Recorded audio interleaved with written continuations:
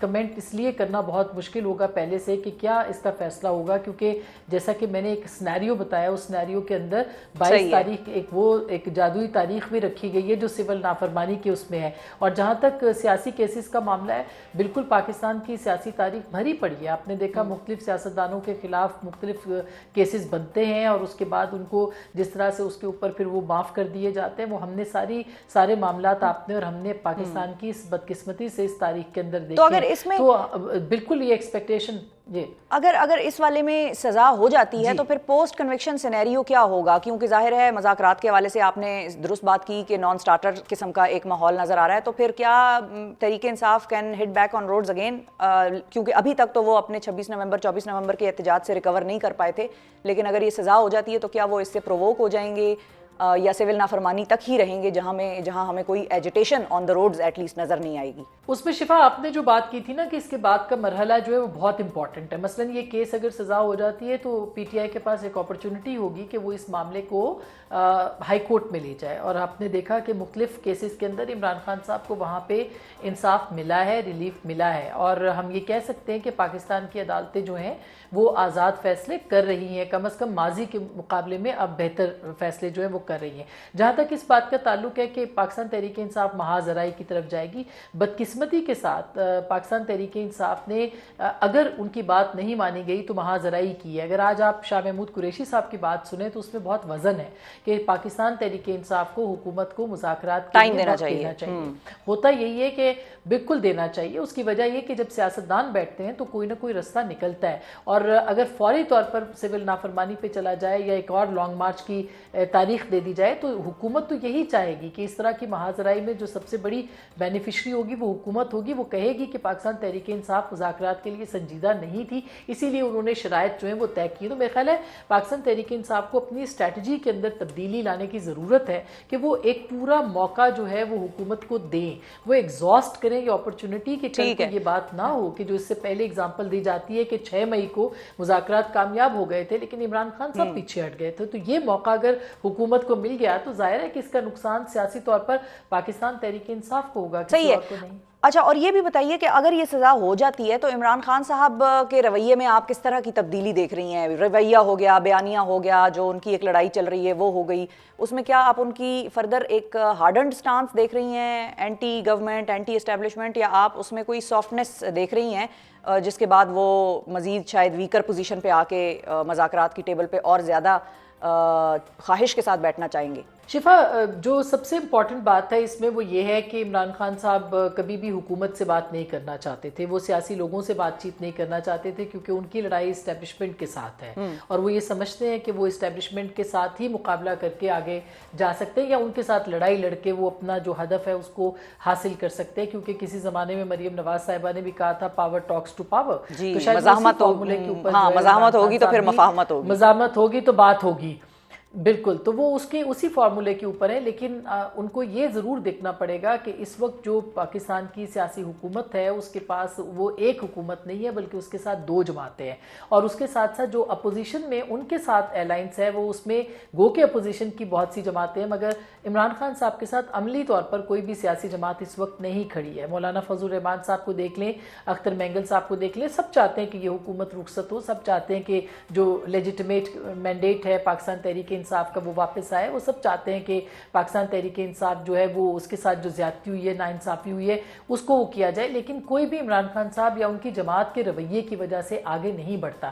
تو پاکستان تحریک انصاف کو انٹروسپیکشن کی ضرورت ہے کہ وہ ان کا ہدف کیا ہے. کیا ان کا ہدف محض اسٹیبلشمنٹ ہے یا ان کا ہدف سیاسی حکومت اور سیاسی جماعتیں ہیں؟ تو میرا خیال ہے کہ ان کو کلیئرٹی کے ساتھ اس بات کے اوپر آنا پڑے گا کہ اسٹیبلشمنٹ ان کے ساتھ براہ راست بات نہیں کر رہی. یہی وجہ ہے کہ ان کو ایک قدم پیچھے ہٹنا پڑا ہے اور حکومت کے ساتھ اپنی مذاکراتی کمیٹی جو ہے وہ بنانی پڑی ہے.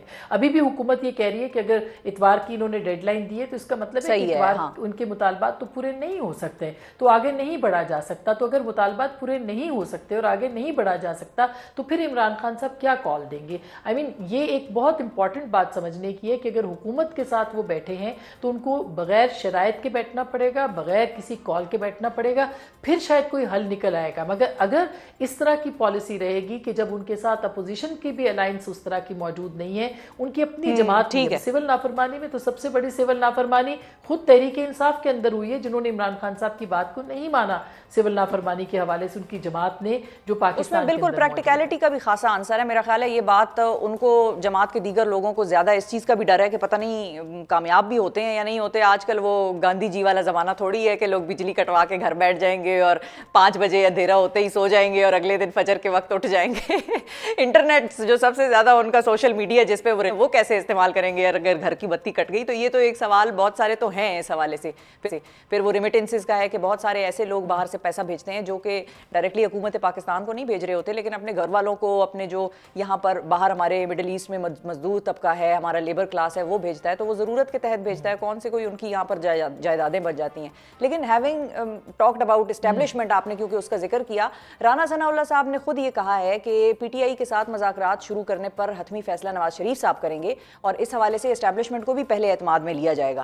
اب کیا نواز شریف صاحب اور اسٹیبلشمنٹ دونوں نون لیگ کو مذاکرات کرنے کی اجازت دیں گے if PTI is serious؟ میرا خیال ہے کہ پی ٹی آئی یہ حکومت نے ایک شرط عائد کر دی ہے، اور اگر آپ دیکھا جائے آپ نے جو بات کی ہے کہ رانا ثناء اللہ صاحب نے اسٹیٹمنٹ دی ہے، تو انہوں نے ویٹ بڑھا دیا ہے اپنی جماعت کا اور اپنے لیڈر کا، جو کہ ابھی تک نان پولیٹیکل، اس وقت جو دیکھا جائے پولیٹیکل سینیریو میں نواز شریف صاحب کہیں نہیں ہے، انہوں نے چپ سادھی ہوئی ہے، وہ گھر بیٹھے ہوئے ہیں، وہ چھٹی پہ ہیں، یہ اس طرح کا ماحول ہے۔ اور ایسی صورت میں اگر وہ یہ کہہ رہے ہیں کہ نواز شریف صاحب کی اجازت معاملات آگے بڑھیں گے، اور پہلے مرحلے کے اوپر جو ہے وہ اسٹیبلشمنٹ نے نوٹ کر دیا ہے کہ بھئی آپ آگے بڑھیں، اور اب پی ایم ایل این جو ہے وہ نواز شریف صاحب کی اجازت سے آگے بڑھے گی، تو اس کا مطلب یہ ہے کہ وہ اپنا سیاسی ہتھیار استعمال کرنا چاہتے ہیں، یعنی وہ سیاسی پاپولیرٹی بھی خاصی گین کر لیں گے اگر واقعی نواز شریف صاحب اس معاملے میں مذاکرات کے حوالے سے اگر کوئی مثبت فیصلہ کر لیتے ہیں، مثبت آگے بڑھتے پی ٹی آئی بالکل اگر وہ بھی جمہوری قوت کے ساتھ بیٹھتے ہیں۔ اور آپ نے سنا ہوگا کہ محمود خان اچکزئی صاحب نے ہمارے پروگرام میں بھی کہا، بارہا وہ کہہ چکے ہیں کہ نواز شریف صاحب اپنا کردار ادا کریں، تو اگر نواز شریف صاحب اپنا کردار ادا کریں گے اور ان کی اجازت سے پولیٹیکل ڈائیلاگ شروع ہوگا، تو مجھے بتائیے پھر عمران خان صاحب کہاں کھڑے ہوں گے، ان کا سیاسی قد کیا ہوگا؟ تو یہ ایک پولیٹیکل چیزیں ہیں جس پہ ہونا یہ چاہیے تھا کہ ایک مقبول جماعت جو ہے وہ معقول فیصلے کرتی، اور معقول فیصلہ یہ ہوتا کہ وہ اپنے ہاتھ میں چیزوں کو رکھتی۔ اس وقت جتنی بھی چیزیں مثلا سول نافرمانی کی کون، لیکن آسما صاحبہ امیجن تو کریں، ویسے امیجن تو کریں، بڑا انٹرسٹنگ سینیریو اور سوال آپ نے اٹھایا ہے کہ اگر نواز شریف اور عمران خان دونوں مثال کے طور پہ سوچیں ذرا کہ دونوں ہی ساتھ بیٹھ گئے ہیں، بات چیت ہو رہی ہے سول سپریمیسی کی، ڈیموکریسی کی اور مینڈیٹ کی، اور دونوں اس کے بعد جب ٹکر میں جائیں گے تو وہ کیا مقابلہ ہوگا؟ نہیں، میرا خیال ہے کہ وہ دونوں بیٹھے، نہ عمران خان صاحب مجھے لگتا ہے کہ بیٹھیں گے اور نہ ہی نواز شریف صاحب ان کی طرف بڑھیں گے، جو اس وقت کا سینیریو ہے۔ لیکن اگر نواز شریف صاحب کی اجازت سے مذاکرات کا آغاز ہوتا ہے تو پھر عمران خان صاحب کہاں کھڑے ہوں گے؟ کیونکہ وہ تو یہ کہتے تھے کہ میں نے چوروں کے ساتھ، ڈاکوؤں کے ساتھ، سیاسی لوگوں کے ساتھ بات ہی نہیں کرنی، ان کے پاس مینڈیٹ ہی نہیں ہوگا۔ تو اگر یہ پولیٹیکل گورنمنٹ اس وقت کہہ رہی ہے کہ نواز شریف کی رضامندی کے بعد آگے بڑھا جائے گا، تو اس کا مطلب یہ کہ نواز شریف کی رضامندی کے بعد ہی کوئی معاملات طے کیے جائیں گے، اور پھر کس کو سرنڈر کرنا ہے، یعنی جو مطالبات عمران خان صاحب کے ہیں یہ حکومت اس کو تسلیم نہیں کرتی، جو کہ لگ رہا ہے کہ نہیں تسلیم کرے گی، تو پھر عمران خان صاحب جو ہے لیکن کچھ لوگ آسما صاحبہ ہٹنا ہی پڑے گا۔ حکومت کے سائیڈ سے بھی کچھ لوگ ذرا سافٹ سٹانس رکھتے ہیں، مثال کے طور پہ طارق فضل چودھری صاحب ہو گئے، رانا صاحب ہو گئے، ثناء اللہ صاحب، یہ کچھ لوگ ایسے ہیں جو وہ یہ بھی کہتے ہیں کہ پی ٹی آئی سے اگر اس بات کا آغاز ہو جائے کہ ہمارے 9 مئی کے جو اسیران ہیں یا قیدی ہیں جن پر کوئی چیز ثابت نہیں ہوئی یا جنہوں نے اپنے ٹرائلز وغیرہ بھگت لیے اور وہ جیل میں ہیں اور ان کا کوئی فیصلہ نہیں آیا، تو ان کو رہائی کے بارے میں سوچا جا سکتا ہے، تو اس طرف سے بھی ذرا ایک سافٹر ایک ہے پوزیشن آدھے لوگوں کی۔ نہیں، بالکل اس میں ہو سکتا ہے، لیکن وہ میٹر کرتے ہیں کیا؟ میٹر دیکھیے، 9 مئی کا معاملہ حکومت کا معاملہ نہیں ہے، 9 مئی کا معاملہ تحریک انصاف اور اسٹیبلشمنٹ کا معاملہ ہے۔ 9 مئی کا وہ واحد معاملہ ہے جس کے اوپر D G I S P R نے صاف لفظوں میں کہا تھا کہ صدقے دل سے معافی مانگی جائے، تو تو کیا یہ معاملہ حکومت کے ہاتھ میں جائے گا؟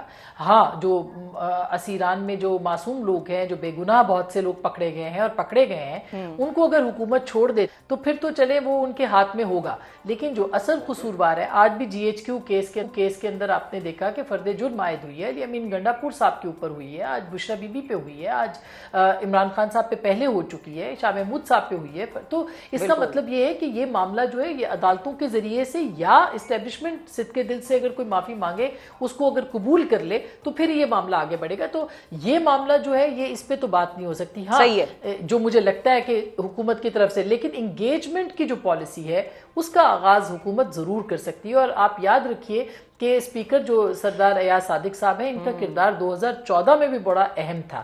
میں اس کو بالکل کسی صورت میں بھی ہلکا لینے کو تیار نہیں ہوں، کیونکہ جب عمران خان صاحب روٹ کے چلے گئے تھے تو ان کے اپنے ذاتی تعلقات کی بنا پہ عمران خان صاحب کے لیے جو رستہ بنا تھا واپسی کا، جب ان کے استعفے انہوں نے دے دیے تھے، تو یہ رستہ ایاز صادق صاحب کے ذریعے سے بنا تھا. تو میں بہت ہوپ فل ہوں کہ یہ جو good office of speaker national assembly ہے، اس کا استعمال جو ہے وہ ہوگا اور ہونا چاہیے اور اس پہ آگے بڑھنا چاہیے. مگر سب سے پہلے یہ دیکھنا ہے کہ پیچھے کون ہٹے گا، اور اس کے ہٹنے کے لیے اس وقت لگتا نہیں ہے کہ حکومت پیچھے ہٹے گی. ہاں، حکومت بھی پیچھے نہیں ہٹے گی. 9 مئی کے معاملے پہ وہاں سے بھی معافی نہیں آئے گی. وہ کہتے ہیں کہ بھئی سی سی ٹی وی لے کر آؤ. تو اب سزا بھی ہونے کا امکان بہت سارے لوگوں کو نظر آ رہا ہے. وہ پیر کے دن مذاکرات جو ہیں وہ نان سٹارٹر ہیں. تو پھر پوسٹ 23 دسمبر ہوگا کیا؟ سب پرانی تنخواہ پہ دونوں سائڈز کام کریں گے؟ نہیں، میرا خیال ہے کہ ایک تو پاکستان تحریک انصاف کو اس بات کی امید ہے کہ ٹرمپ ایڈمنسٹریشن واپس آئے گی تو اس کے بعد کوئی ان کو وہاں سے کوئی ان تک رسائی یا ان کے فیور میں کوئی بیان، کوئی کال، کوئی ایسی موومنٹ ہوگی. لیکن اس کے لیے بھی ٹویٹر کی حد تک یا ایک پریشر تو بہرحال بلڈ اپ ہوگا اور ہو سکتا ہے اور ابھی بھی ہے، اس میں کوئی دو رائے نہیں ہے. لیکن کیا اس طرح کا دباؤ ہوگا کہ ایک ریاست کے ساتھ بات کرے ایک ڈومیسٹک پاکستان کے لیڈر کے لیے؟ یہ ایک بہت بڑا سوالیہ نشان ہوگا. اس کو مختلف پیرائے کے اندر تو ایک پریشر ٹیکٹک کے طور پہ استعمال کر سکتی ہے کوئی بھی انٹرنیشنل پاور، لیکن اس کو پاکستان کے لوکل اس کے اندر اگر ریاست کو مد نظر رکھا جائے تو میرا نہیں خیال کہ کوئی ریاست جو ہے وہ کسی دوسری ریاست کو کسی ایک مقامی رہنما یا ایک رہنما کے لیے جو ہے، ایک سیاسی رہنما کے لیے جو ہے وہ پریشرائز کرے گی اور اس کے رہائی کے لیے دباؤ ڈالے گی. تو یہ ایک بہرحال اس میں ہم نے ماضی میں ضرور دیکھا کہ نواز شریف صاحب کے لیے اس وقت کی جو بل کلنٹن انتظامیہ تھی ان کی طرف سے ایک کال ضرور آئی تھی، لیکن اس وقت پاکستان کے اندر مارشل لا آ چکا تھا. پاکستان کی جو صورتحال تھی وہ اس قدر تشویشناک تھی کارگل کے بعد کہ ان کو یہ دباؤ محسوس کرنا تھا. مگر اس وقت آپ دیکھیے کہ جو امریکہ کی طرف سے پاکستان کے بیلسٹک پروگرام کی جو اعانت کرنے والے ادارے تھے ان کے اوپر جو پابندی لگی ہے اور جو پاکستان نے اس کے اوپر ریئیکشن دیا ہے، اور پھر پاکستان نے اس پورے جیو اسٹریٹجک پوزیشن کے اندر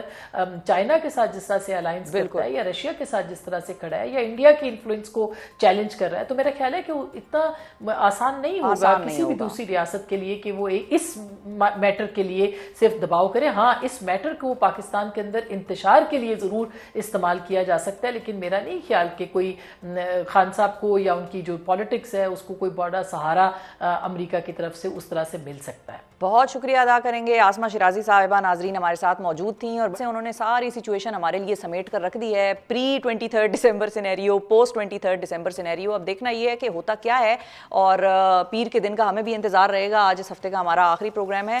وقفے کی طرف مجھے جانا ہے. وقفے کے بعد جب واپس آئیں گے ناظرین تو بات کریں گے کہ خیبر پختونخوا حکومت نے اپنے جو وزراء ہیں، اپنے جو ممبر پارلیمان ہیں، یعنی کہ جو پروونشل اسمبلی کے ممبران ہیں، ان کی مراد میں کچھ اضافہ کیا ہے فائنینشیل کرنچ کے ہوتے ہوئے. تو اب یہ دیکھنا ہے کہ یہ فائنینشیل کرنچ ایک طرف اور دوسری طرف امارات میں اضافہ، یہ کیسے مینج کرے گی خیبر پختونخوا کی حکومت اور یہ کہاں سے فنڈ آئے گا. کل ہم نے پنجاب اسمبلی میں اراکین اسمبلی، صوبائی وزراء، اسپیکر اور دیگر عہدیداران کی ماہانہ تنخواہوں میں 400 سے 800% سے زائد اضافے پر ایک تفصیلی سیگمنٹ پیش کیا تھا. اور گورنر پنجاب نے کل ہمارے پروگرام میں یہ بات کی تھی کہ پنجاب حکومت نے یہ اضافہ خیبر پختونخوا حکومت کی نقل مارتے ہوئے کیا ہے، جس نے اپنے اراکین صوبائی اسمبلی کی تنخواہوں اور مراد میں اضافہ پہلے کیا تھا پنجاب سے. اگرچہ گورنر صاحب یہ بھول گئے کہ خیبر پختونخوا حکومت نے وزراء کی تنخواہوں میں 400 سے 800% سے زائد اضافہ نہیں کیا اور یہ اعزاز پنجاب حکومت کے ہی حصے میں آئے گا. یہ پوزیشن ان سے کوئی نہیں چھین سکتا. کے بعد ہم نے سوچا کہ خیبر پختونخوا حکومت نے اس اقدام میں کیا ڈیولپمنٹ کی ہے, کتنا اضافہ کیا ہے, مراعات میں کیا ہے, یہ سارے اعداد و شمار ہم نے سوچا ہم آپ کے سامنے پیش کریں. اکتوبر 2024 میں خیبر پختونخوا اسمبلی کی جانب سے وزراء کی تنخواہوں اور الاؤنسز ایکٹ میں ترمیم کے مطابق کابینہ کے ہر ممبر کو سرکاری گھر نہ ملنے کی صورت میں 2 لاکھ روپے ماہانہ الاؤنس کرائے کی مد میں ادا کیا جائے گا. ترمیمی بل کے مطابق پشاور میں ذاتی گھر والے وزیروں کو بھی ہاؤس رینٹ الاؤنس کی مد میں 2 لاکھ روپے ادا کیے جائیں گے. اس کے ساتھ ساتھ صوبائی وزراء کو سرکاری رہائش گاہوں کی تزئین و آرائش کے لیے سال میں ایک بار 10 لاکھ روپے ادا کیے جائیں گے. اسپیکر خیبر پختونخوا اسمبلی کو اضافی ٹریولنگ الاؤنس کی مد میں 2 لاکھ روپے سالانہ ادا کیے جائیں گے, جبکہ میڈیکل الاؤنس کی مد میں ان کو 80,000 روپے ماہانہ ملیں گے. اسی طرح ڈپٹی اسپیکر کو اضافی ٹریولنگ الاؤنس کی مد میں 1,50,000 روپے سالانہ اور میڈیکل الاؤنس کی مد میں 15,000 روپے ماہانہ ادا کیے جائیں گے, جبکہ اراکین اسمبلی اور اسپیکر سمیت دیگر عہدیداروں کی ماہانہ تنخواہ میں اضافہ جو ہے وہ گریڈ 20 کے سرکاری افسران کی تنخواہوں میں ہونے والے اضافے کے تناسب سے ہی کیا جائے گا. اب اگر صوبائی وزراء کو دی جانے والی مالی مراعات کی کل مالی حجم کی بات کی جائے تو خیبر پختونخوا کا کابینہ کے جو 17 وزراء ہیں ان کو 34 لاکھ روپے ماہانہ ہاؤس رینٹ الاؤنس کی مد میں ادا کیے جائیں گے, جو کہ سال کی 40 کروڑ 80 لاکھ روپے ادائیگی بنتی ہے. اسی طرح ہر وزیر کو تزئین و آرائش کی مد میں ملنے والی سالانہ رقم 20 کروڑ 40 لاکھ روپے بنتی ہے, جبکہ مجموعی طور پر وفاق نے خیبر پختونخوا کے 1500 ارب روپے ادا کرنے ہیں. یہاں یہ بات بھی جاننا ضروری ہے کہ اس سال وفاق نے صوبائی ادائیگیوں کی مد میں خیبر پختونخوا کے 53 ارب روپے ادا کرنے ہیں, جبکہ 2020 اور 2021 کی حکومت کی اگر ناظرین بات کریں تو یہ وہی حکومت ہے جو پچھلے 12-14 سال سے خیبر میں برسر اقتدار ہے. اور عمران خان صاحب کی اگر 2020 اور 21 کی وفاقی حکومت کی بات کریں تو اس وقت مسلسل 2 بار اس وقت کی پی ٹی آئی کابینہ سابق وزیر اعظم عمران خان کے کہنے پر اپنی ماہانہ تنخواہوں میں محض 10% اضافہ لینے سے بھی انکار کر چکی ہے. تو پھر اب ایسی مالی حالات اور مالی بحران کی سچویشن میں خیبر پختونخوا حکومت کو مالی مراعات میں اضافہ کرنے کا خیال کیوں آیا, اور مالی مشکلات اور وزراء کی تنخواہیں یہ کیسے ادا ہوں گی, اس کا فنڈ کہاں سے آئے گا, اس حوالے سے گفتگو کرنے کے لیے ہمارے ساتھ موجود ہیں خیبر پختونخوا کے مشیر خزانہ مزمل اسلم صاحب. السلام علیکم مزمل صاحب. وعلیکم السلام. بہت شکریہ مزمل صاحب, آپ نے وقت نکالا. سب سے پہلے تو یہ بتائیے کہ وہ صوبہ جس کو ابھی وفاق نے اپنے 53 ارب روپے یا 1500 ارب روپے کا فگر ہم مائنڈ میں رکھ لیں, دونوں میں سے جو بھی ہو, وہ وصول کرنے ہیں, جس کے اور ساتھ میں ہمیں یہ بھی خبر موصول ہوئی کہ 5000 ٹیچرز ایسے ہیں, کمیونٹی ٹیچرز خیبر پختونخوا میں, جن کو گزشتہ 8 ماہ سے تنخواہیں نہیں ملی, وہ محروم ہیں اس چیز سے. تو اب صوبائی حکومت اپنے وزراء کے لیے یا ممبران صوبائی اسمبلی کے لیے یہ تنخواہوں کا بجٹ کیسے مینج کر رہی ہے؟ دیکھیں, سب سے پہلے تو شفا میں آپ کو ایک بات بتا دوں کہ یہ اب تاریخ کا حصہ بن چکا ہے. خیبر پختونخوا مالی بحران کا شکار ہے, یہ تو آپ رجسٹر کر لیں اس چیز کو. اور اگر کوئی اس بات کو واپس بولے گا تو میں باقاعدہ ان سے کہوں گا کہ اس کی تصدیق کر دیں کہ خیبر پختونخوا جو ہے مالی بحران کا شکار ہے. یہ صرف بیان سے بات نہیں چلے گی. اس کی وجہ بتا دیتا ہوں کہ خیبر پختونخوا کے اس وقت جو خزانے میں پیسے ہیں وہ 77 سال کی تاریخ میں اس کا عشر اشیر بھی نہیں تھا, الحمدللہ اتنے تک. اور دوسری بات یہ ہے کہ جب ہم نے حکومت سنبھالی, میں پیچھے کی بات نہیں کروں گا کہ ٹیکر میں کیا ہوا یہ کیا ہوا, میں صرف اس پیریڈ کی بات کروں گا کہ پہلی سے دوسری تاریخ نہیں ہوتی تنخواہ کی. اور آپ کے تو میڈیا میں تو مشہور ہے کہ کئی مہینے کی تنخواہیں نہیں ملتی, لیکن اس کو ڈینائی نہیں کروں گی. ہاں, خیبر پختونخوا میں 7 لاکھ لوگوں کو اور 2,12,000 پینشنر کو, 9 لاکھ لوگوں کو 30 تاریخ سے عمل شروع ہو جاتا ہے اور پہلی تاریخ میں ختم ہو جاتا ہے. یعنی کہ پہلی تاریخ سے دوسری تاریخ نہیں ہوتی. اگر اس کا کوئی اکاؤنٹ دوسرے بینک ہے تو ایک آدھ دن ہماری طرف سے چیک چلے جاتا ہے. نمبر 1 یہ. اب اس میں آپ نے بات کی کمیونٹی ٹیچر, یہ خیبر پختونخوا حکومت کے ڈائریکٹ ملازم نہیں ہوتے. اچھا, یہ ان کو گرانٹ اینڈ ایڈز جو ہوتی ہیں, جو ایک مختص کی جاتی ہیں, اس کے حساب سے ملتی ہیں. کسی کی گرانٹ اینڈ ایڈ یا کوئی پروجیکٹ میں ہوتے ہیں, جو پروجیکٹ ختم ہو چکے ہوتے ہیں, وہ لوگ کلیم کر رہے ہوتے ہیں کہ آپ ہمیں بھی دیں اور یہ دیں وہ دیں. تو یہ آپ مجھے ایک کمپلین لا کے دے دیں لوکل گورنمنٹ کی, آپ مجھے ایک کمپلین لا کے دے دیں سول سرونٹ کی کہ ہم نے تنخواہ روکی ہے. اب آپ کہیں گے یونیورسٹیز کی بھی آتی ہے. جی, میں ابھی آنے والی تھی, پشاور یونیورسٹی کی طرف آنے والی تھی کہ اس کے حوالے سے تو ٹیچرز کے احتجاج اور وہ خبریں تو ہم نے سنی ہیں, اس سال نہ ہو پچھلے سال ہو, لیکن ہم نے سنی ضرور ہیں کہ وہاں پر ٹیچرز کو تنخواہوں کا معاملہ جو تھا وہ فنڈز نہیں تھے یونیورسٹیز کے پاس. دیکھیں, بات یہ کہ یونیورسٹیز کی جو مالی معاملات ہیں وہ ہائر ایجوکیشن جو ہے وہ فیڈرل گورنمنٹ کی ذمہ داری ہے. اور وہی ان کو فنڈ دیتے ہیں، وفاق دیتی ہے. اگر ان کی کوئی کمی بیشی ہوتی ہے تو وہ صوبے کی براہ راست ذمہ داری میں نہیں ہے. اگر صوبہ ان کو دے رہا ہے تو وہ گرانٹ اینڈ ایڈ میں دے رہا ہے. Again that is not the part of salary package of the provincial government. ٹھیک ہے، اب وہ ایک الگ بحث ہے کہ پنجاب دے رہا ہے کیا، سندھ کیا دے رہا ہے، لیکن یہ فیڈرل گورنمنٹ کی بنیادی ذمہ داری ہے اور ابھی تک یہ ڈسبرس نہیں ہوا. ٹھیک ہے، اب آپ نے بات کی تنخواہوں کی، مراد کی، یہ آپ کے سامنے بندہ بیٹھا ہوا ہے جی. ہماری کابینہ کے جو ممبران تھے اس کو 600 لیٹر پیٹرول کی وہ تھی، الاؤنس تھا. یہ جو ہے جب فائنینشیل کرنچ کووڈ کا چل رہا تھا اس کو کم کر کے جو ہے کوئی 290 لیٹر کر دیا گیا. وہ آج تک قائم ہے. اس کابینہ نے جب سے یہ حکومت بنی ہے ایک گاڑی نہیں خریدی، باشمول وزیر اعظم اور وزیر اعلیٰ، ایک گاڑی نہیں خریدی. پھر اس کے بعد جو تنخواہ ہے، اگر کسی نے آپ کو یہ بولا ہے کہ تنخواہ یہاں کے مشیروں اور وزیروں کی بڑھائی گئی ہے اس حکومت میں آ کے، یہ غلط ہے. صرف مراد بڑی ہیں. نہیں میں آپ کو مراد بھی بتا رہا ہوں. مراد تو کم ہو گئی ہے نا، بتا پیٹرول آدھا ہو گیا ہے. نہیں میں ہاؤس الاؤنسز اور اس کی بات کر رہی ہوں. نہیں میں آپ کو بتا، یا یہ ایڈجسٹمنٹ ہوئی ہے جب آپ لوگوں نے کم کی تھی اس کو واپس کسی طریقے سے ایڈجسٹ کیا ہے؟ میں صرف جاننا چاہ رہی ہوں کیا ہوا ادھر. میں آپ کی جانکاری کے لیے ہی دینا چاہ رہا ہوں بات، ٹھیک ہے نا. تو انشاءاللہ آپ کی جانکاری ہوگی تو سب کو سمجھ آ جائے گی بات. صحیح. خیبر پختونخوا میں اس وقت جو ہے تقریباً کوئی 24 یا 30 وزراء اور مشیران ہیں. اور جو خیبر پختونخوا میں جو وزیروں کو گھر مہیا کیے گئے، جو سرکاری گھر، جو آپ کو پتہ سرکاری گھر کی کنڈیشن بھی کیسی ہوتی ہیں، وہ 10 سے بھی کم ہے.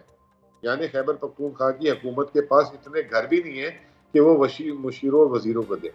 تو اس سلسلے میں جن کو گھر نہیں ملے، اب کوئی سوات کا یہاں کام کر رہا ہے، کوئی مطلب بنو کا یہاں وزیر ہے، تو ان کو جن کو سرکاری گھر نہیں ملا ان کے لیے یہ الاؤنس ہے، ہاؤس الاؤنس، کہ وہ 2 لاکھ کا کرائے کا گھر لیں جس میں انہوں نے بجلی کا بل بھی دینا ہے، گیس کا بل بھی دینا ہے.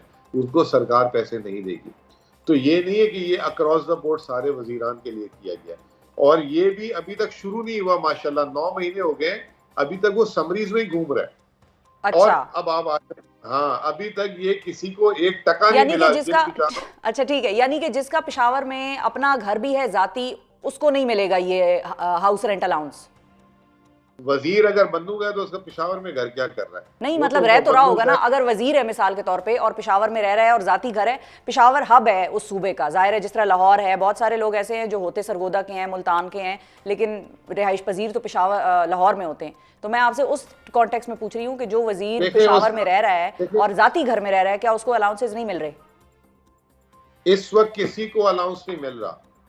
صرف اب میرے جیسا خوش نصیب شخص جس کو سرکار سے گھر مل گیا ہے تو میں رہ رہا ہوں. جو بیچارے جن کو 2 نہیں ملا تھا ان کے لیے 2 لاکھ کابینہ نے منظور کیا تھا، وہ ابھی تک سمریز میں گھوم رہے، ابھی تک ان کو کچھ بھی نہیں ملا. اور بائی دا وے اب کیونکہ میرے پاس گھر ہے تو مجھے یہ الاؤنس نہیں ملے گا، نمبر 1.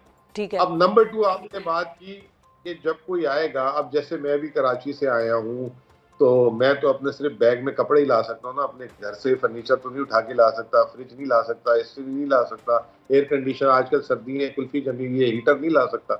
اس کے لیے خیبر پختونخوا کی حکومت نے 10 لاکھ روپے فی وزیر بولے تھے، وہ بھی آج تک ابھی تک سمریوں میں. اب 10 لاکھ میں ٹیکس کٹ کے 7.5 لاکھ روپے ملے گا.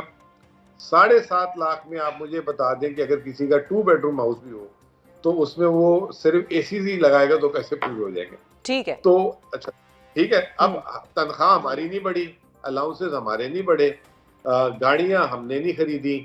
تو مجھے یہ بتا دیں یہ کس نے یہ ہوا میں اڑا دیا کہ خیبر پختونخوا نے یہ کام کیا؟ تنخواہ ہماری وزیر ہو تو اس کی ہے 2,15,000 یا 17,000. سر اب اخباروں میں چھپا ہوا ہے، اب مجھے تو نہیں پتا کہ کس نے اڑایا ہے، لیکن وہ جو الاؤنسز والا پروبیبلی معاملہ ہے وہ شاید لوگوں کو سمجھ میں نہیں آیا. اسی کی کلیریفیکیشن کے لیے آپ کو ہم نے دعوت دی آج. میں نے آپ کو یہ بتا دی، اس میں اگر کوئی مختلف بات ہو تو آپ کا ہاتھ میرا گریبان. اچھا نہیں ایسا نہیں ہے. پنجاب پہ آتے ہیں، صرف کوئکلی یہ بتا دیں. جی اچھا آپ کمپلیٹ کر لیں. ٹھیک ہے کمپلیٹ کر لیں. اب رہا سوال پنجاب کا. پنجاب نے 1,70,000 کہہ رہے ملتی تھی، اس سے انہوں نے 9 کچھ لاکھ کر دیا. دیکھیں میں آپس کی بات بتاؤں کہ میرا اس پہ اختلاف نہیں ہے. میں اماؤنٹ پہ نہیں، یعنی کہ 1,70,000 نامناسب ہے. ہاں وہ تو وہ اگریمنٹ ہے ہمارا, وہ تو میں نے بھی کہا ہے کہ بڑھانے پہ پرابلم نہیں ہے. آپ کو میں بولوں کہ آج سے آپ کی تنخواہ 1,70,000, اب میں آپ سے اصل نہیں پوچھ رہا, تو آپ ہیپیلی کام کریں گے؟ مجھے صرف یہ بتا دیں. یہ وزیر ہیں, ان کی فیملیز ہیں, بچے ہیں, اب میرے بھی بچے ہیں, ان کو میں نے اچھا پڑھانا ہے, ان کو اچھا رکھنا ہے. تو یہ 1,70,000 میں تو آج کل بجلی کے بل ہمارے گھروں کتنے آ رہے ہیں خدا نہ خواستہ, اور گیس ابھی دیکھتے ہیں کیا ہوتا ہے. تو یہ بھی کوئی اگر خدا نہ خواستہ پبلک سروس میں آ گیا ہے اور وہ اگر کام کرنا چاہتا ہے تو اس کو اتنا بھی نہ نچوڑیں یا مجبور کریں کہ پھر وہ اپنے کام کی طرف اس کا دھیان کم ہو. بالکل صحیح ہے, یا وہ کرپشن میں پڑ جائے. بالکل صحیح ہے, پوائنٹ ٹیکن مزمل صاحب, پوائنٹ ٹیکن. مزمل اسلم صاحب ہمارے ساتھ موجود ہیں. اب یہ بتائیے کہ آپ نے جس طرح سے سچویشن کی تصویریں کھینچی ہے, کہ ظاہر ہے وہ ہم بھی جانتے ہیں کہ صوبے کو وفاق سے پیسے نہیں مل رہے اور شاید اگلے 6 مہینے تک بھی نہیں ملیں گے, تو آپ لوگوں نے اپنے صوبے کو چلانے کے لیے اب کیا پروجیکشن بنائی ہے؟ کیونکہ وفاق تو پیسے ابھی تک نہیں دے پایا, تو ہو سکتا ہے آگے بھی نہ دے 6 مہینے تک. نہیں دیکھیں, اس میں بھی یہ تھوڑا سا نا میسج شاید غلط جاتا ہے میڈیا کے تھرو, یا ہم لوگ صحیح طرح کمیونیکیٹ نہیں کر پاتے. دیکھیں, وفاق 2 ہوتے ہیں. ایک وفاق ہر مہینے آپ کو 2 دفعہ پیمنٹ کرتا ہے جو وہ ٹیکس کلیکٹ کرتا ہے اور NFC کے شیئر کے حساب سے. ٹھیک ہے, اس میں وہ 1 دن کی بھی تاخیر نہیں ہوتی, 1 دن کی بھی تاخیر نہیں ہوتی. وہ وفاق سے مستقل پیسے آتے ہیں. اگر خدا نہ خواستہ کبھی وفاق اگر اس میں سے جو 2 قسطیں مہینے میں آتی ہے, ایک بھی اگر وہ گول کر گئے اگر, تو خیبر پختونخوا چھوڑے, پنجاب اور سندھ کا بھی مالی حشر نشر نکل جائے گا. ٹھیک ہے نا. کوئی صوبہ ایسا نہیں ہے طاقتور یا اس کی اپنے وسائل ایسے نہیں ہے کہ وفاق اس کی اگر کوئی 10-15 ہر 15 اور 30 تاریخ کو میں سے ایک قسط بھی گول کر دے, تو چاہے یہ آپ جس کی بھی مثال لے لیں. ٹھیک ہے نا. نمبر 1, یہ تو مستقل آتے ہیں پیسے. ایک چیز ہوتی ہے کہ کچھ صوبے کے وسائل جو ہوتے ہیں وہ وفاق کو صوبہ ادر دین دیتا ہے. جیسے ہمارا تیل اور گیس ہے, جیسے ہم یہ بجلی پیدا کرتے ہیں تو ہمارا نیٹ ہائیڈل کا جو پروفٹ ہے وہ اس کو شیئر دینا, اس میں وفاق تاخیر کرتا ہے اور کبھی کبھار بہت ڈسپیوٹ ڈال کے اس کو حل نہیں کرتا. اس میں مسئلہ ہے. اور دوسرا, خیبر پختونخوا کے کیس میں ایک اسپیشل مسئلہ یہ ہوا ہے آج کل, اور ابھی میری آپ نے دیکھی ہوگی آج بھی پورے میڈیا میں وزیر خزانہ کو میں نے خط لکھا ہے. ہمارے کو وفاق جو ہے مرج ایریا جو ایکس فاٹا تھا وہ ضم ہونے کے بعد اس کو ایڈمنسٹریٹیولی تو ضم کر دیا, فائنینشلی ضم نہیں کیا. اصولی طور پہ NFC میں ریوائز ہونا چاہیے تھا یہ, اور ہمیں جو ہے اس کے پیسے NFC کے تحت ہر 15 اور 30 کو آنا چاہیے تھے. وفاق سال میں اس کا 1 دفعہ بجٹ دیتا ہے, تو وفاق نے اس سال بھی ہمارا اس کا بجٹ نہیں بڑھایا, حالانکہ تنخواہیں آپ کے سامنے پتہ ہے 25% بڑھی ہیں. تو ہم 40 ارب روپے صوبہ اپنے وسائل سے فاٹا کے پیسے خرچ کر رہا ہے. دوسرا, ابھی احسن اقبال صاحب نے ایک نیا کام کر دیا ہے. پہلے ان کو جو ہے ڈپٹی چیئرمین نہیں لگایا تھا, تو انہوں نے 2 دفعہ سنا ہے کہ استعفے وزیر اعظم کو دے کے اپنے ڈپٹی چیئرمین کو فارغ کرایا. اب خود چیئرمین پلاننگ بھی ہے اور ڈپٹی چیئرمین بھی خود ہے. تو جب تک ڈپٹی چیئرمین تو جب تک ڈپٹی چیئرمین ڈاکٹر جہانزیب تھے تو ہماری باقاعدہ پالیسی کے حساب سے ضم ایریا کے ترقیاتی اخراجاتی قسط آتی تھی. ابھی یہ 3 مہینے ختم ہونے والے ہیں دسمبر والے, اس میں 20% 8.6 ارب آنے تھے. ابھی تک انہوں نے یہ ہمیں رقم نہیں جاری کی. اور آپ کو پتہ ہے کہ کتنا سینسٹیو ایریا ہے یہ والا اپنا مرج ایریا کا, وزیرستان کا. یہ یہاں پہ وہ ویسے ہی لوگ احساس مرومی کی کمپلین کرتے ہیں. تو یہ جان بوجھ کے وہاں سے حرکتیں کر رہے ہیں. بلکہ ابھی مجھے اتنا افسوس ہوا, یہ سامنے ٹی وی میں دیکھ رہا تھا کہ پنجاب کابینہ نے پارے چنار کے لیے دوائیں, انہوں نے کہا ان کو اکیلا نہیں چھوڑ سکتے. بالکل صحیح ہے. او بھائی, آپ یہ دیکھیں کہ یہ 40 لوگ یونان میں بیچارے جو ڈوب گئے وہ کہاں کے تھے. پہلے وہ اپنے ان 40 لوگوں کی پریشانی اٹھائیں گے, پنجاب لوگ چھوڑ کے بھاگ رہے ہیں. پھر ان کی وہ تو صحیح ہے, وہ بات صحیح ہے, لیکن مزمل صاحب پارا چنار کی سچویشن بھی خاصی, اس میں تو آپ کے اپنے PTI والے بھی آپس میں ہی گتھم گتھا سے کچھ نظر آ رہے ہیں. سیف صاحب کچھ اور بات کرتے ہیں, MWM کے جو سربراہ ہیں وہ کچھ اور کہتے ہیں. دیکھیں, وہ ایک کمیونٹی میں 2 کمیونٹی میں لڑائی ہے. صرف میری ایک بات سن لیں, جتنے پیسے ہم ہیلتھ میں خرچ کر رہے ہیں نا, صرف صحت کارڈ میں نے ابھی آپ کی اس کال سے پہلے 4 ارب روپے ریلیز کیے. 8 لاکھ لوگوں کا علاج جو ہے صرف 8 مہینے میں ہوا ہے. 8 لاکھ مہینے کی ایوریج ہے. 1,06,000 لوگوں کی ہم علاج صحت کارڈ سے کر رہے ہیں. پنجاب سوچ بھی نہیں سکتا. بالکل صحیح ہے. تو میڈم جو ہے وہاں پہ پیناڈول اور یہ کریں, ان کو کہ سیاست کم کرا کریں. اور یہ جلتی پہ تیل چھڑک رہی ہیں. ان کو مطلب یہی کام آتا ہے. اگر یہ ان کے پنجاب کے حالات اور دیکھیں تو ان کو سمجھ آ جانی چاہیے. بہت شکریہ ادا کریں گے مزمل اسلم صاحب، آپ نے تو ہماری سٹوری کا رخ ہی بدل دیا. ناظرین، آپ نے مزمل صاحب کو سنا، انہوں نے یہ بتایا کہ بل میں جن مراعات کی اضافے کی منظوری دی گئی ہے اس میں سے تو ایک پیسہ ابھی تک ہمیں نہیں ملا، اور صوبہ تو خیر اپنے مالی معاملات کو رو رہا ہے. بہرحال دیکھتے ہیں کہ اب خیبر پختونخوا کے مالی معاملات کس طرح سے حل ہوتے ہیں. ساتھ ہی اب پروگرام میں ذکر کریں گے ناظرین ٹیکس ڈیفالٹرز کا. آج پیسے کی بات کریں گے پروگرام میں، ٹیکسز کی بات کریں گے. ذرا آپ کو بتاتے ہیں کہ جو نان فائلرز یا ٹیکس ڈیفالٹرز ہیں ان کے لیے اب معاملات خاصے مشکل ہونے لگ جائیں گے انشاءاللہ. بات آپ کو بتاتے ہیں کہ ٹیکس ڈیفالٹرز کے حوالے سے تجویز کرتا مختلف حکومتی اقدامات اور اس تناظر میں قانون سازی کے لیے ہونے والی کوششیں جو ہیں وہ جاری ہو گئی ہیں. گزشتہ روز ٹیکس نادہندگان کے خلاف گھیرا تنگ کرنے کے لیے ٹیکس قوانین ترمیمی بل 2024 وزیر خزانہ محمد اورنگزیب صاحب کی جانب سے قومی اسمبلی میں پیش کر دیا گیا ہے، جس کا مقصد ٹیکس قوانین پر عمل درآمد اور آمدنی کے حساب سے ٹیکس ادائیگی کو ممکن بنانا ہے. بل کے مطابق ٹیکس ڈیفالٹرز کے لیے مختلف سخت اقدامات تجویز کیے گئے ہیں جن کے تحت ٹیکس ادا نہ کرنے والے افراد کو اہم پابندیوں کا سامنا کرنا پڑ سکتا ہے. نان فائلرز کے بینک اکاؤنٹ کھولنے اور پہلے سے موجود اکاؤنٹ کو آپریٹ کرنے پر پابندی لگانے کی سفارش کی گئی ہے. اس کے ساتھ ساتھ نان فائلرز کے 800 سی سی سے بڑی گاڑی خریدنے پر پابندی لگانے کی تجویز بھی اس بل کا حصہ ہے، اور نان فائلرز صرف چھوٹی گاڑی کے علاوہ رکشہ، موٹر سائیکل اور ٹریکٹر خرید سکیں گے. بل میں تیسری پابندی یہ لگانے کی سفارش کی گئی ہے کہ نان فائلرز ایک مخصوص حد سے زیادہ جائیداد اور شیئرز نہیں خرید سکیں گے. ٹیکس قوانین ترمیمی بل میں نان فائلرز کی پراپرٹی اور کاروبار کو حکومت کی جانب سے سیل کیے جانے کا اختیار دینے کی تجویز بھی شامل ہے. مجوزہ ترمیم کے تحت سیلز ٹیکس رجسٹریشن نہ کروانے پر بھی بینک اکاؤنٹ منجمد کیا جا سکے گا، اور سیلز ٹیکس ڈیفالٹ پر متعلقہ افراد کی پراپرٹی ٹرانسفر کرنے پر پابندی ہوگی. ٹیکس ڈیفالٹرز اور نان فائلرز کے نام ایف بی آر کی جانب سے ایک لسٹ میں شائع کیے جائیں گے جس کو بعد میں مختلف بینکوں اور اداروں میں شیئر کر دیا جائے گا، اور اس کے ساتھ ساتھ بینکوں کی جانب سے نان فائلرز یا ٹیکس ڈیفالٹرز کے اکاؤنٹ سے اپنے ذرائع آمدن سے زائد ہونے والی ہائی رسک ٹرانزیکشنز کو رپورٹ کرنے کا اختیار دیے جانے کی تجویز بھی سامنے آئی ہے. ترمیمی بل کے تحت ایف بی آر اسلام آباد میں پوائنٹ آف سیل ڈیوائسز لگائے گا جن کے ذریعے سیلز ٹیکس اکٹھا کیا جائے گا. اس کے ساتھ ساتھ ادا شدہ ٹیکس سٹیمپ یا بار کوڈ کے بغیر فروخت کیے جانے والے ساز و سامان پر جرمانہ عائد کیے جانے کی تجویز بھی اس ترمیمی بل میں شامل ہے. ایف بی آر مجوزہ قانون کے تحت آڈٹ اور قانونی عمل شروع کرنے کے لیے کانٹریکٹ پر آڈیٹرز اور ماہرین کی تعیناتی بھی کر سکے گا. یہ قانون سازی ایک ایسے وقت میں تجویز کی گئی ہے ناظرین کہ جب ایف بی آر کو رواں مالی سال کی دوسری سہ ماہی کے دوران ٹیکس ریونیو میں 230 ارب روپے کی شارٹ فال کا سامنا ہے. اب دیکھنا یہ ہے کہ ٹیکس نادہندگی کو روکنے کے لیے ایوان میں متعارف کروائے گئے ترمیمی بل کی منظوری کے بعد پاکستان میں ٹیکس کلچر کتنا مضبوط ہوتا ہے اور ٹیکس وصولیاں کتنا ہوتی ہیں، یہ دیکھتے ہیں، آنے والا وقت ہی بتائے گا. بہرحال بڑا ہی جامع قسم کا قانون یہ حکومت پاکستان لے کر آئی ہے، اور امید کرتے ہیں کہ پاکستان میں لوگوں میں ٹیکس دینے کا رجحان جو ہے وہ بڑھے. اور اس کے ساتھ ساتھ سروسز پہ پھر بعد میں آئیں گے. جب ہم ٹیکس اچھی قوم کی طرح، اچھے بچوں کی طرح بھاری پراپر ٹیکس دینے لگ جائیں گے، اس کے بعد پھر ہم سوچیں گے اور پوچھیں گے حکومت سے کہ اب اسی کے مد میں سروسز ہمیں کیا مل رہی ہیں.